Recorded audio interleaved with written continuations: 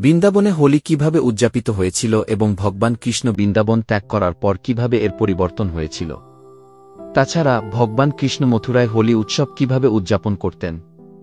দ্বারকায় সৈমন্ত নামক একজন নীরব এবং অজানা হারানো কবির হৃদয়স্পর্শী বৃত্তান্ত শুনুন। এখানে সৈমন্ত নীরব সাক্ষী, একজন অদেখা অশ্রুত অথচ সবকিছু জেনে থাকা ভক্তের গোপন কবিতা। বৃন্দাবন, ফাল্গুন পূর্ণিমা, মধ্যরাত। কৃষ্ণ চলে যাওয়ার আগে শেষ হোলি। যমুনা সেই রাতে ফিসফিস করে বলল। ঘাটের উপর মৃদু ঢেউ কাঁপছিল, যেন সে ইতিমধ্যেই জানত এটি বৃন্দাবনে কৃষ্ণের শেষ হোলি। গাছগুলি নিচে নেমে গেল, রঙের ভারে ভারী হয়ে গেল। গুলালের সুবাসে সুগন্ধি গলিগুলি এখনো ঘুমায়নি। গরুগুলো মৃদু অস্থিরভাবে কান্নাকাটি করছিল, আর বাঁশি, ওহ বাঁশি, নীরব ছিল। আমি নির্জীবনের ধারে দাঁড়িয়ে অদৃশ্যভাবে রাধা কৃষ্ণকে রং দিয়ে মাখিয়ে দিচ্ছে তা দেখছিলাম, একবার শেষবারের মতো।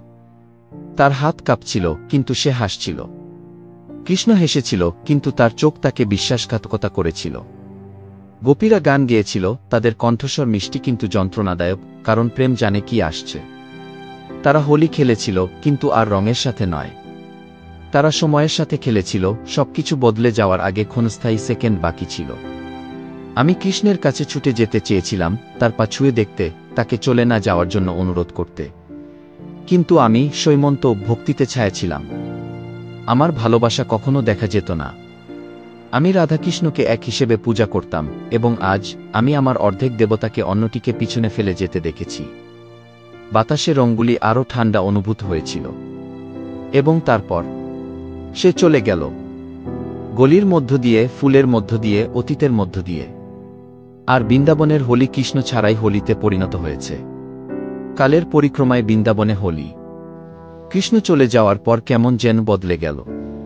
প্রথমে উৎসব এমনভাবে চলতে থাকে যেন তিনি এখনও সেখানেই আছেন। মহিলারা তখনও গুলাল ছুঁড়েছিলেন, কিন্তু তাদের হাত দ্বিধাগ্রস্ত ছিল। পুরুষরা তখনও ঢোল বাজাচ্ছিলেন, কিন্তু তাদের সুর থেমে গেল। তারপর বছর কেটে গেল।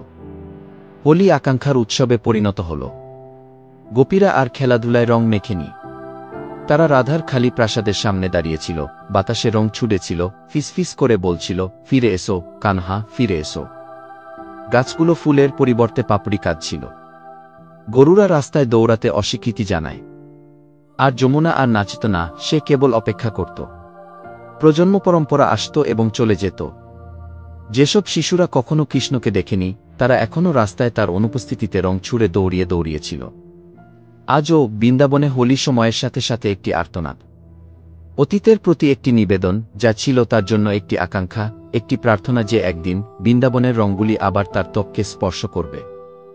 দ্বারকা, ফাল্গুন পূর্ণিমা, বছর পরে। প্রেম ছাড়া, আকাঙ্ক্ষা ছাড়াই সোনার দেশে হোলি। দ্বারকার সোনার দেয়ালের বিরুদ্ধে সমুদ্র দীর্ঘশ্বাস ফেল। প্রাসাদগুলি চাঁদের আলো দাঁড়িয়েছিল, উঁচু, বিশাল এবং খালি। ভিতরে কৃষ্ণ তার সিংহাসনে বসেছিলেন। দরবারীরা তার সামনে দাঁড়িয়েছিলেন, সতর্ক হাতে, রাজকীয় দূরত্বে হোলির রং ছুঁড়ে মারছিলেন। হোলে হাসি প্রতিধ্বনিত হয়েছিল, কিন্তু তা তার ত্বকে পৌঁছায়নি। আমি একটি স্তম্ভের ছায়া থেকে দেখেছি। অদৃশ্য, সর্বদা অদৃশ্য। বৃন্দাবনে হোলি একটি প্রার্থনার মতো নিক্ষেপ করা হয়েছিল। এখানে এটি একটি বাধ্যবাধকতার মতো নিবেদিত হয়েছিল। বৃন্দাবনে প্রেমের মতো তার গালে রং এসে পড়েছিল। এখানে তারা কর্তব্যের মতো মেঝেতে পড়ে গেল। আমি তার কাছে ছুটে যেতে চেয়েছিলাম, তাকে মনে করিয়ে দিতে। নদীর কথা, গাছের কথা, গরুর কথা, অপেক্ষার কথা।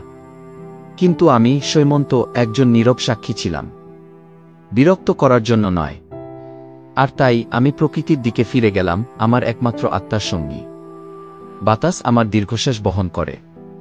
নীরব বোধে তারাগুলি মিটমিট করে জ্বলে উঠল। আর সমুদ্র, ওহ সমুদ্র, গর্জন করল, কারণ আমি যা জানি তা সে জানত।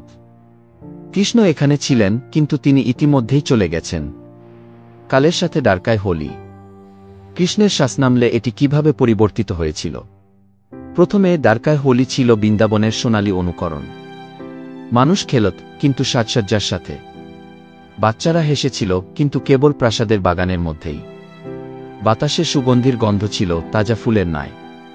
বছর কেটে গেল, এবং হোলি শক্তির উৎসবে পরিণত হল। সভাসদেরা তাদের রং মাপত। প্রেমে নয়, বরং রাজার উপর কে বেশি ছোঁয়া দিতে পারে তাতে।